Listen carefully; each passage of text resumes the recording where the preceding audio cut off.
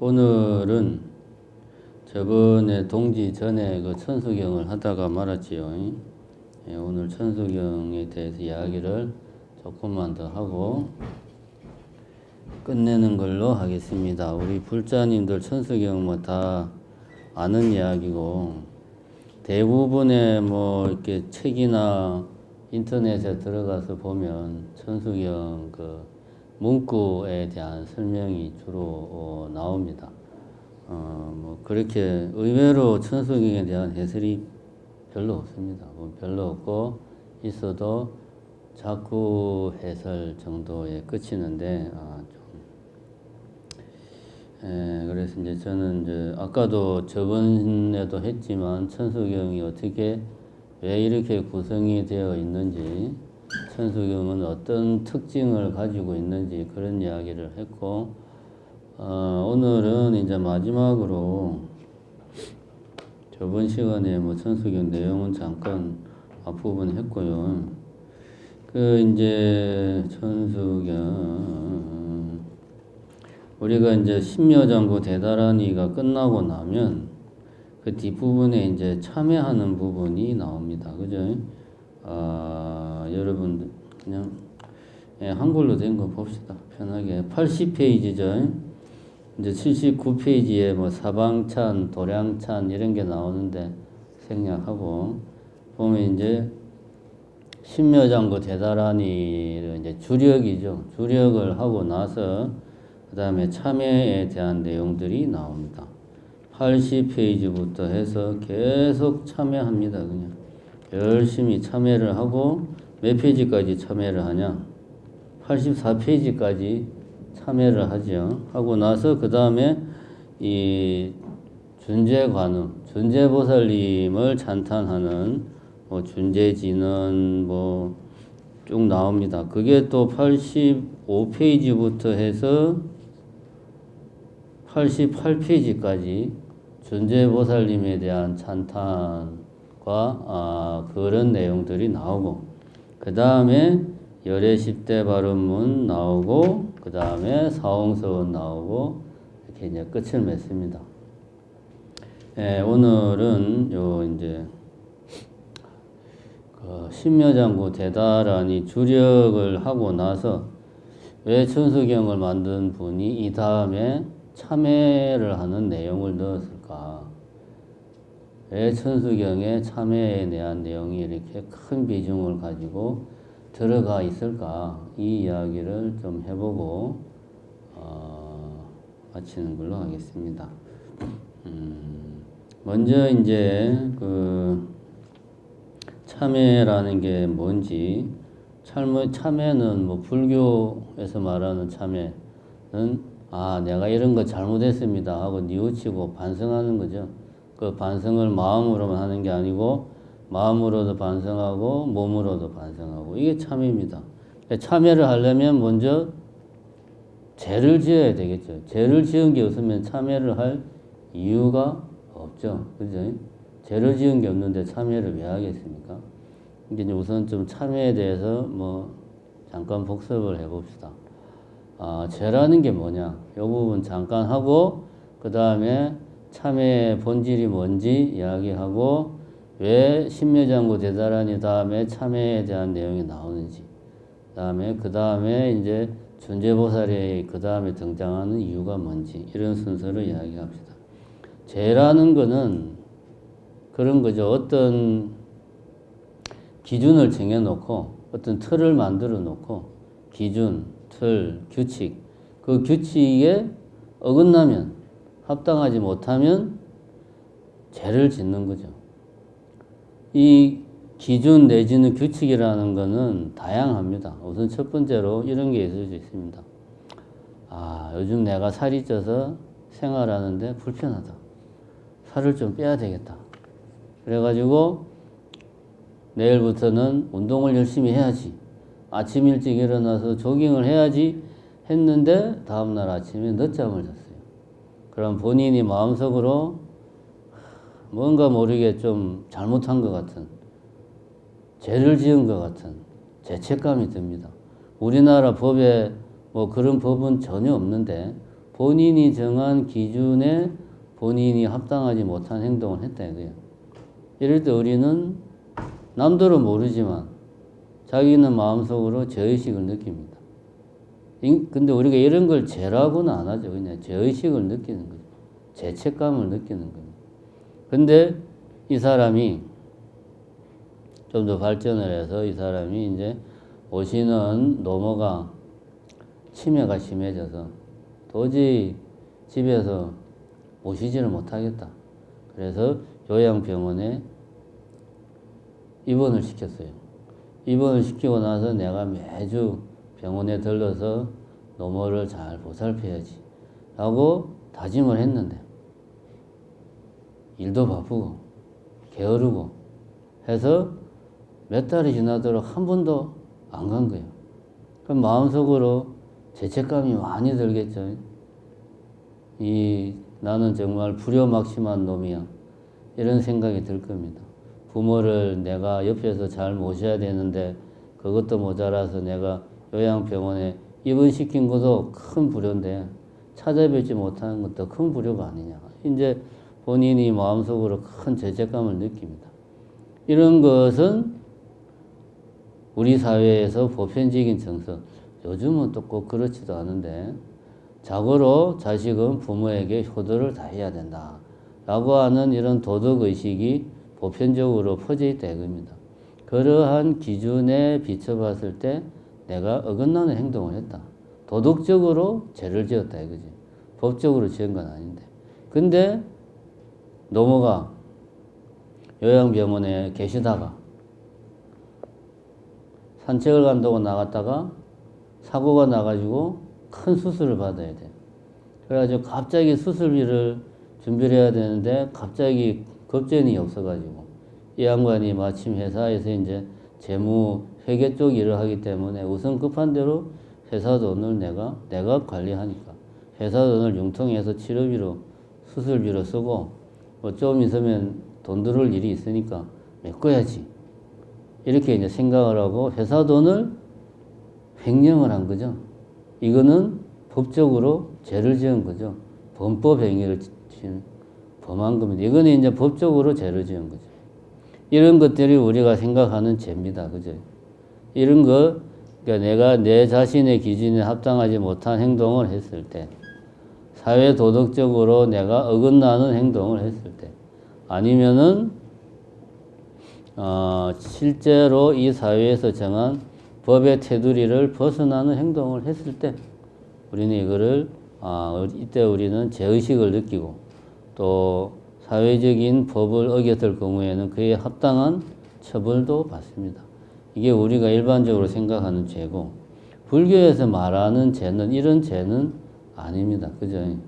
우리가 말하는 죄는 크게 보면 두 가지입니다. 첫 번째는 일반 사회에서 통용되는 죄하고 비슷하게 생각할 수가 있습니다. 일반 사회에서 통용되는 죄는 아까 말했지만 어떤 기준이나 규칙이나 틀에서 벗어났을 때 어떤 정해놓은 규칙을 어겼을 때 죄를 지었다라고 이야기를 한다 이겁니다. 마찬가지로 부처님이 정한 계율, 살생하지 마라, 도둑질하지 마라, 사음하지 마라 라고 부처님이 분명히 계율을 정하고 또 그 계율에 따라서 그에 합당한 벌칙 조항도 다 있다 이겁니다. 이런 것들을 어겼을 경우에 이건 죄죠. 불교에서 말하는 계율을 어긴 거니까. 이건 이제 제가자에게 적용되는 계율이 다르고 계율이 있고 비구 스님들에게 적용되는 계율이 있고 비구니 스님들에게 적용되는 계율이 있고 공통되는 부분도 있지만 다른 부분도 있고 그렇습니다. 어쨌든 계율을 어기면 그건 죄를 짓는 겁니다. 우리가 일반적으로 생각하는 죄의 어떤 의미와 동일하죠. 두 번째 죄는 뭐냐? 여기서 이제 천수경에서 말하는 죄는 이런 좁은 의미의 계율을 어겨서 내가 죄를 지었구나, 잘못했구나 생각하는 이것만을 말하는 게 아니고 넓은 의미의 죄. 우리가 중생심으로 행하는 모든 행동들, 탐진치로 말미암아서 행하는 모든 행동을 불교에서는 뭐라고 그럽니까? 업이라고 그러잖아요. 그런 탐진치로 말미암아 일어나는 모든 행동들이 다 죄다 이거죠. 그래서 그런 것들을 우리는 악업이다 이런 표현을 씁니다. 이런 악업들은 결과적으로 깨달음에 방해가 된다 이거지. 수행에 방해가 된다. 결과적으로 원인은 탐진치 삼독으로 말미암아 행하는 행동들이 악업이다. 그것이 죄를 짓는 거다. 이게 이제 근본적인 죄다 이겁니다. 이건 이제 우리가 뭐 절에 다니는 분들이라면 다 아는 이야기입니다. 그죠? 이런 게 이제 죄입니다. 그래서 어디로 갔냐? 80페이지. 네. 그래서 이제 이러한 죄라고 하는 것은 악업이라고 하는 것은 도대체 어디서 나오는 거냐라고 하는 게 이제 천수경의 유명한 개송으로 나오지요.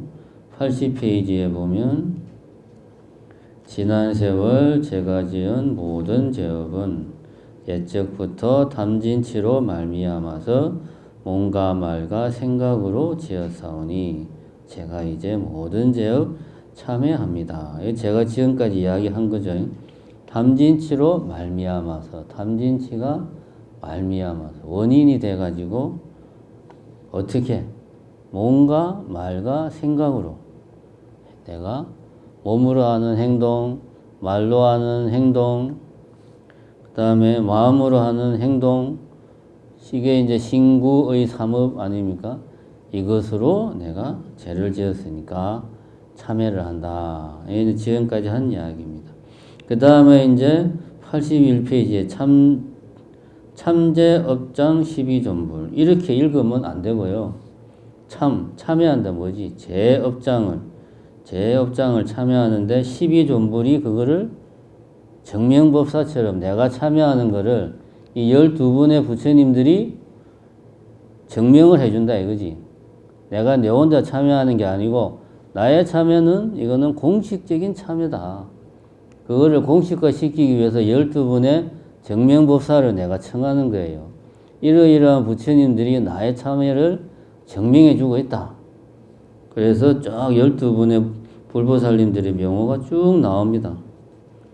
그리고 82페이지에 이제 우리가 잘 아는 시박참회가 나오는데, 시박참회는 뭐 이제 신구의 삼업으로 짓는 이런 악업을 말을 하는 겁니다. 우리가 잘 아는 내용입니다. 이건 뭐 굳이 다시 반복할 필요는 없을 것 같고, 그 다음에 84페이지에 요게 이제 핵심이죠. 참회 부분의 핵심이 요 부분이죠. 오랜 세월 쌓인 죄업 한 생각에 없어지니 마른 풀이 타버리듯 남김없이 사라지네. 죄의 자성 본래 없어 마음 따라 일어나니 마음이 사라지면 죄도 함께 없어지네. 모든 죄가 없어지고 마음조차 사라져서 죄와 마음 공해지면 진실한 참회라네. 이게 이제 참회의 핵심입니다. 그죠? 모든 내가 이번 생뿐만 아니고 전생, 그 전생, 숱한 생 동안 내가 범한 모든 죄업들이 한 생각에 다 없어진다. 왜냐? 죄라고 하는 것은 재무자성 종신기. 왜냐하면 뒤에 죄는 자성이 없어서 마음 따라 일어난다. 한문으로는 재무자성 종심기, 종심기. 죄는 자성이 없어서 마음 따라 일어난다. 죄는 본래 실체가 없기 때문에 마음에 의지해서 마음이 일어나면 죄도 일어나고 마음이 사라지면 죄도 사라지니까.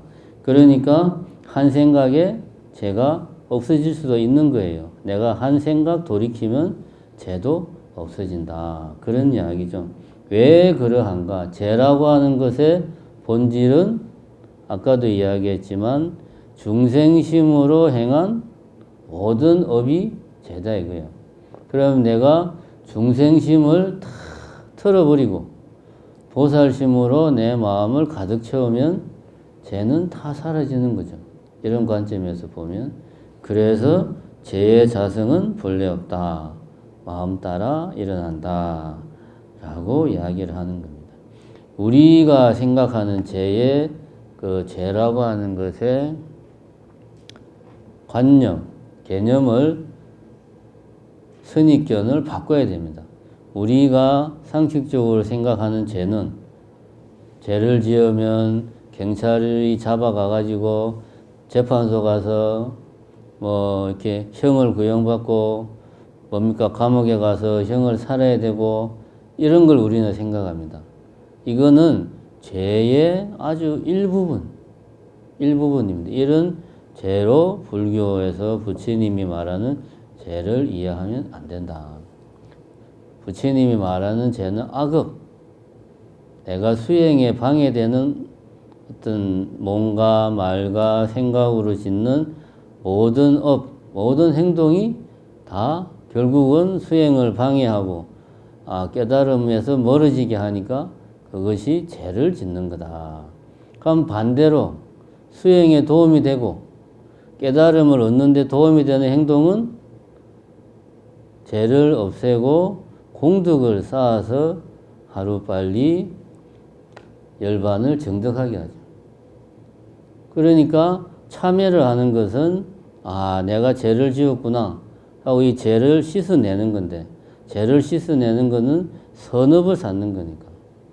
맞죠? 선업을 쌓는 거는 공덕을 쌓는 거란 말이에요. 그러면 참회는 곧 공덕을 쌓는 겁니다. 공덕을 쌓으면 어떻게 됩니까? 당장 내가 깨달음을 얻지 못하더라도 인연이 도래하면 깨달음에 이른다는 거죠. 공덕이 없이 뭔가를 내가 얻겠다고 하는 것은 잘못된 생각이죠. 공덕을 쌓아야 거기에 합당한 과보가 있는 겁니다. 그래서 우리가 참회를 하는 거예요. 참회하는 것은 선업을 짓는 거고 선업을 짓는 것은 깨달음으로도 한 걸음 더 가는 거기 때문에. 그래서 죄의 자성이 본래 없어 마음 따라 일어난다. 이 말에서 우리는 죄에 대한 상식적인 개념을 잠깐 뒤로 밀어놓고 불교에서 말하는 죄는 악업을 행하는 것.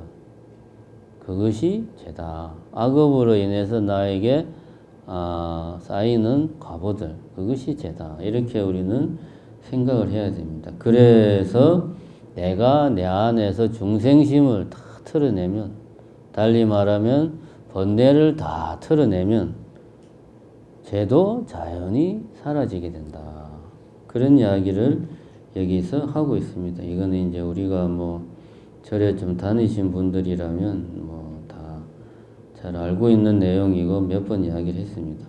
중요한 것은 왜 이 여기에서 신묘장구 대다라니를 주력이죠. 그러니까 천수경의 심장 아닙니까? 핵심. 천수경의 이제 핵심인데 신묘장구. 이걸 하고 나서 왜 이렇게 참회를 열심히 하느냐. 신묘장구 대다라니를 하기 전에 그 앞에 뭘 했습니까? 제일 먼저 관세음보살님이 얼마나 위대하고 훌륭하신 분인가를 찬탄을 했습니다. 그죠? 찬탄을 하고 나서 그 다음에 뭐 했습니까? 나무 관세음보살, 원화, 속덕, 개정도 뭐 쭉 해가지고 10가지나 내가 관세음보살님께 나무가 귀하니까 뭐 법성산에도 오르게 하고 반야의 지혜도 정덕하게 해주고 이렇게 뭐 쫙 관세음보살님께 귀의를 해요. 먼저 찬탄하고 귀의한 다음에 그 다음에 이제 신묘장구 대다라니를 주력을 합니다. 이게 무슨 이야기냐? 내가 보니까 관세음보살님이 정말 위대하고 훌륭한 분이다. 나도 관세음보살님처럼 저렇게 생각하고 말하고 행동해야 되겠다. 이게 귀의하는 거 아닙니까? 그렇게 마음을 먹고 열심히 신묘장구 대다라니 주력을 했어. 열심히 하고 내 자신을 돌아보니 나는 안 그런 거야. 나는 관세음 보살님의 그 훌륭하고 자비로움에 내가 좀 표현이 그렇지만 빠져가지고 잠시 관세음 보살이 되어서 관세음 보살의 생각과 말과 행동으로 주력을 했는데 내 자신을 돌아보니 나는 중생이요. 중생심으로 찌들어 있는 거예요. 욕심내고 집착하고 화내고 미워하고 우리 일상생활이 그렇잖아요. 신매장구 뭐 7독 21독 하면 뭐합니까? 끝나고 나서 집에 가면은 애들 보면 짜증나고 남편 보면 성질머리 나고 뭐 사람 마음이 그렇죠. 돌아와서 보니까 중생이야. 나는 관세음 보살님처럼 살아야 되는데 내 자신이 중생이요. 부끄럽고 중생으로 짓는 내 행동에 대해서 죄책감을 느끼는 거죠. 그러니까 당연히 신매장구 대단하니 열심히 주력을 하고 나서 수행을 하고 나서 자신을 성찰해서 보니 내 자신의 어떤 중생심을 발견하게 되고 그래서 참여를 하지 않을 수가 없는 거죠. 그래서 신매장구 대단하니 다음에 참여하는 내용이 나오는 겁니다. 참여를 하고 나면 내가 정말 그동안 중생심에 찌들어서 깨달음과 먼 열반과는 먼 삶을 살았구나. 잘못 살았구나. 그러면 어떻게 살아야 되지? 당연히 사람이 이렇게 생각을 할 거 아닙니까? 나는 관세음 보살님처럼 살고 싶어. 그래서 원을 세우는 겁니다. 그래서 참여하고 난 다음에 열애 10대 바른문이 나오고 사홍서원이 나오는 거예요. 근데 그 전에 준재보살님에 대한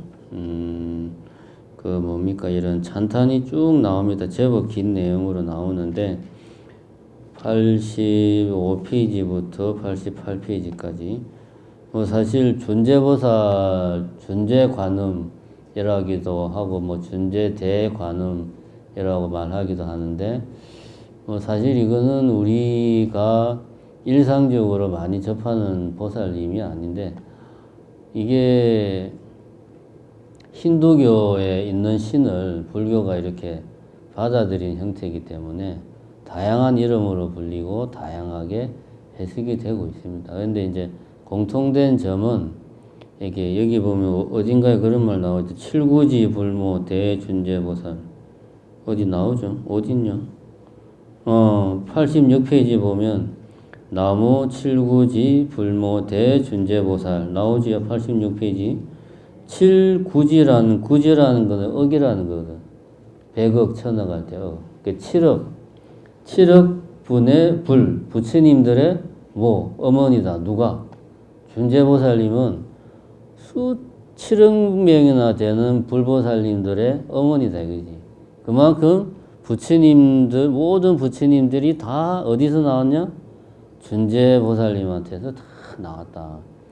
이제 말로는 준재보살님의 모공에서 한 분 한 분의 불보살님들이 나왔다. 이거는 순수한 불교 이야기가 아니고 힌두교에 있는 이야기입니다. 힌두교를 불교가 수용한 거예요. 그래서 이제 발언을 하기 전에 준재보살님이 다시 나온 것은 모든 불보살님들을 대표해서 준재보살님의 이 모든 불보살님들의 어머니니까 대표해서 다시 한 번 더 준재보살님께 귀의하고 찬탄하고 그러고 나서 발언을 하는 거죠. 그래서 여기에 준재보살이 나옵니다.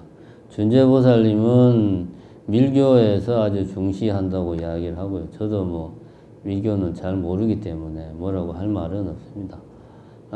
우리나라 불교에 보면 밀교의 영향이 상당히 많이 있습니다. 우리가 잘 모르는데 우리가 사시불공 할 때 하는 진언만 해도 여러 개가 되지 않습니까? 진언을 외우는 것은 밀교 수행의 아주 핵심적인 부분이에요. 삼밀가지 해가지고 밀교라고 하는 것은 그런 거랍니다. 나는 중생인데 내가 중생으로서 신구의 삼업을 행하는 게 아니라 내가 법신, 비로자나불의 법신을 받아서 내가 비로자나불의 법신이 되어서 뭡니까? 세 가지 신구이 삼위 그 불보살의 그 삼업을 내가 행한다 이런 마음으로 수행을 하는 거 뭐 그걸 이제 밀교 수행의 핵심이라고 그럽니다. 어쨌든 거기에서 밀교에서는 준재보살님을 아주 중요시하게 여긴다고 합니다. 법신을 상징하는 대일열애하고 준재보살님을 중시한다고 하는데 저는 사실 밀교 쪽을 잘 몰라서 그렇고 왜 우리나라에 밀교의 영향이 크냐 하면 밀교라고 하는 것은 다른 게 아니고 인도에서 불교가 대략 한 800년에서 1000년 그 사이에 사라집니다. 그럼 인도에서 거의 불교는 한 1500년 가까이 인도에서 불교가 부처님 당시에 탄생해서 발전을 했어요. 발전한 결과 대승불교가 나오고 중간에 뭐 이제 뭐 유식, 중관 이런 불교들이 나오고 마지막에 후기 대승불교가 밀교의 형태를 띱니다. 그것이 그대로 티벳으로 넘어가는 거죠. 티벳. 티벳은 몽고가 티벳하고 가깝잖아요. 몽고나 티벳이나 같은 영향 문화권에 있었기 때문에 그 몽고를 통해서 우리나라의 티벳 불교, 과거에는 우리가 라마교라고 말했던 티벳 불교가 고려시대에 고려 후기에 우리나라로 그대로 들어옵니다. 왜냐하면 우리나라가 근 150년 가까이 그 100년인가 원나라, 몽고죠. 원나라의 사실상의 식민지로 있었기 때문에 원나라가 통일은 시키지 못했지만 그래서 그런 티베트 불교, 밀교가 우리나라에 깊이 뿌리를 내립니다. 그래서 우리가 뭐 사시불공 할 때도 진원들이 우리가 알게 모르게 많은 진원들을 하고 또 주력 같은 거 많이 하고 하는 게 다 밀교의 영향입니다. 이 천수경도 그래서 보면 밀교의 영향이 아주 강한 경이다. 그렇게 볼 수 있습니다. 그게 이제 준재보살님을 찬탄하고 난 뒤에 그 다음에 이제 발언을 하는 거죠. 여기서 발언이 나오는 이유는 아까도 이야기했지만 내가 참여를 하고 나니 나에게 무엇이 부족한가? 그것을 내가 알 수 이제 내 눈에 들어오는 거예요. 발언이라고 하는 것은 욕심을 내는 거 아닙니까? 쉽게 말하면 욕심을 내는 거예요. 원을 세운다. 원이라고 하는 것은 좋은 의미의 욕심이니까. 욕심이라는 것은 지금 나에게 뭔가 부족한 게 있어. 그 부족한 거를 채우고 싶은 마음이 욕심입니다. 지금 나에게 뭐가 부족해? 보살심이 부족해. 난 보살심을 채우고 싶어. 그게 뭡니까? 깨달음을 얻고 싶다는 발언입니다. 그죠? 지금 나에게 돈이 부족해. 나는 돈을 많이 벌고 싶다는 욕심을 가지는 건 다른 이유가 없습니다. 나는 지금 내가 가지고 있는 돈만으로도 사는데 아무 문제가 없어요. 라는 사람은 돈을 많이 벌고 싶다는 욕심을 안 내죠. 욕심이라는 것은 지금 현재 나에게 부족한 것을 내가 알고 그것을 채우려는 마음이 욕심이다. 내가 참여를 하고 보니까 열심히 참여를 하니까 나에게 보살의 마음, 깨달음의 마음이 너무나 부족하구나. 이런 마음을 내가 채우고 싶다. 라는 생각이 일어나겠죠, 당연히. 그것이 안 일어나면 참여를 그냥 형식적으로 한 거죠. 그래서 참여를 하고 난 뒤에 발언하는 내용이 나옵니다. 이게 발언을 할 때 기본적으로 여기서 우리가 축원문에서는 개인의 발언을 하고 그 다음에 사홍서원처럼 어떤 모든 중생들이 나의 이 수행 공덕으로 말미암아 모든 중생들이 깨달음을 얻게 해달라 이렇게 발언을 하는데 개인 발언하고 사홍서원을 하는데 천수경에서는 개인 발언 대신에 뭐합니까? 열애 10대 발언. 내가 열애다 이거지. 열애가 되고 싶다. 그래서 열애가 세우는 10가지 발언문을 내 입으로 낭송을 하고 개인의 발언이 아니고 우리 개인의 발언은 어떤 겁니까? 수능, 합격 발언, 사업 성취 발언, 인연 성취, 건강, 뭐 만사 형통 이런 게 우리 개인들의 어떤 성취하고자 하는 개인의 발언입니다. 개인 발언 대신에 여기에서는 열애의 10가지 발언을 넣는다. 왜냐? 내가 참여를 하고 보니 나에게 부족한 것은 열애의 마음이 부족하더라. 보살의 마음이 부족하더라. 보살의 행위 부족하더라. 그래서 열애 10대 발언문, 열애가 세우는 10가지 발언문이 나오는 겁니다. 이렇게 다 이게 연결이 되어 있다. 그리고 끝으로 축원문처럼 사홍서원을 하고 끝을 냅니다. 자, 이 순서를 우리가 다시 한번 되새겨 봅시다. 제일 처음에 천수경의 순서를 보면 관세음 보살님을 찬탄하고, 그 다음에 나도 관세음 보살님처럼 생각하고 말하고 행동하겠다. 관세음 보살님께 귀의하고, 그러한 마음으로 심묘장고 대달한 일을 주력을 하고 나니 중생심에 찌들은 지금 내 모습이 너무나 눈에 확 들어와서 내 자신이 너무나 부끄럽고 깊은 죄책감을 느껴서 참여를 한다. 참여를 하니 내가 원하는 게 뭔가? 열애의 마음, 보살의 마음을 채우고 싶다. 그래서 발언을 한다. 이런 순서로 천수경이 구성이 되어 있습니다. 이 천수경이 제대로 작동을 하려면 제일 앞에 나오는 관세음 보살님에 대한 끝없는 존경심이 없으면 이게 작동이 안 되는 거예요. 천수경이 시작을 관세음 보살님에 대한 찬탄으로 시작을 하잖아요. 근데 관세음 보살님에 대한 존경심, 경애의 마음, 믿음이 별로 없다. 그러면 그 다음으로 진행이 안 되죠. 당연하지 않습니까? 그래서 천수경을 우리가 독송할 때 중요한 것은 관세음 보살님에 대한 믿음이 중요합니다. 근데 나는 솔직히 관세음 보살님의 뭐 영험담을 경험해 본 적도 없고, 누구는 뭐 관음 기도를 열심히 하니까 뭐 안 팔리는 집이 그냥 팔리고, 아니 남편이 그냥 거의 죽을 병에 걸려서 대학병원에서도 포기했는데 그냥 남편이 탁 낫고, 이제 관세음 보살님의 영험담이 얼마나 많습니까? 여러분들 서점에 가서 책 보면은 어마어마하게 많아요. 근데 그 100% 믿을 수 없습니다. 우연의 일치도 있고 뭐 설명할 수 없는 부분도 있지만, 얼마나 많은 사람들이 관세음 보살님에 대한 기도를 하는데 그 중에 과연 몇이 그런 영험담을 얻었냐 이거야, 내 말은. 솔직히 저도 그런 영험담 경험해 본 적이 없습니다. 그럼 우리 같은 사람은 어떻게 해야 되냐? 천수경을 거꾸로 봐야 돼요. 이거 엄청나게 중요합니다. 천수경을 거꾸로 봐야 돼요. 책을 뒤집어서 보라는 게 아니고, 먼저 제일 뒤에 보면 발언으로 끝나잖아요.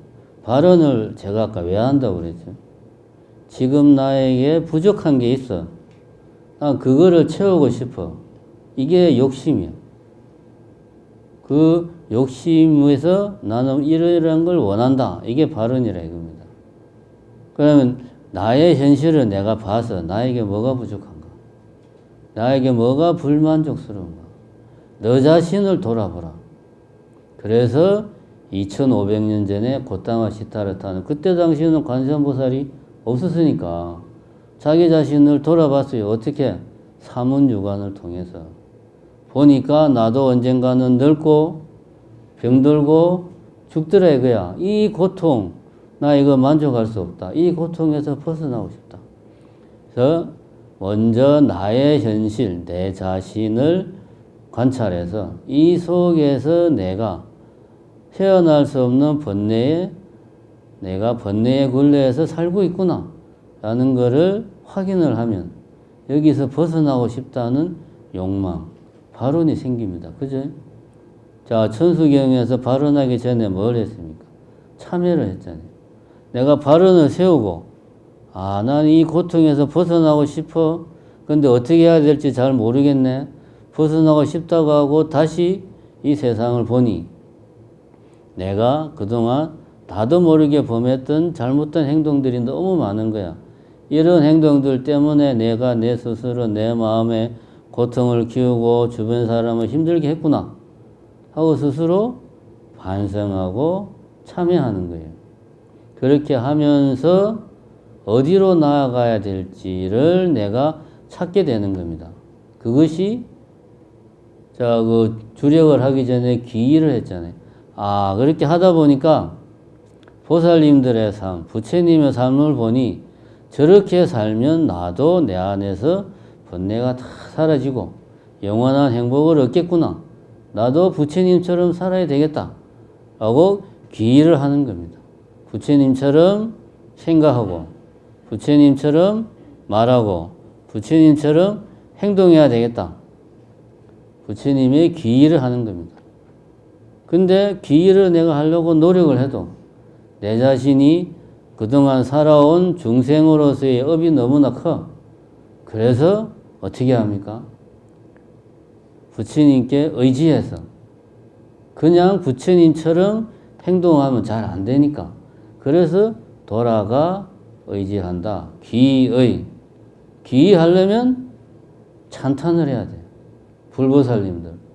불보살님들 제가 정말 존경하고 위대하고 경외합니다. 그러니 저를 좀 잘 챙겨서 저도 당신처럼 될 수 있도록 좀 도와주십시오. 이게 뭡니까? 찬탄하는 겁니다. 불보살님들. 자, 나는 관세음 보살님에 대한 믿음이 아무리 생각해도 부족해. 영험담도 없어. 이런 사람들은 제가 지금 말했습니다. 천수경의 역순으로 수행을 하면 됩니다. 부처님이 이렇게 했습니다. 그럼 왜 천수경은 이렇게 찬탄하고 기의하고 주력하고 참여하고 발언하는 순서로 했냐? 인도 사회는 불교가 발전했던 인도 사회는 종교가 일상의 사회였다 이겁니다. 종교가 수많은 신들이 일상 속에서 살아 숨쉬는 나라가 인도요. 그런 사회에서는 신에 대한 존경, 신에 대한 공경, 경외심을 가지는 게 당연해요. 그러니까 자연스럽게 아까 말한 이런 지금 천수경의 순서대로 제가불자들이 수행을 하는 게 이상하지가 않았어요. 근데 지금 우리 현실 21세기는 종교가 푸대접을 받는 시대입니다. 그러니까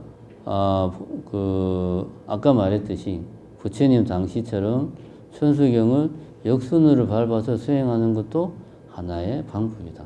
그렇게 했을 때 진짜 불보살님들에 대한 경외심과 존경심과 신심이 내 안에서 생긴다. 그래서 천수경을 앞으로도 보고 뒤로도 보고 우리가 이렇게 해야 됩니다. 이렇게 천수경을 보시기 바랍니다. 감사합니다.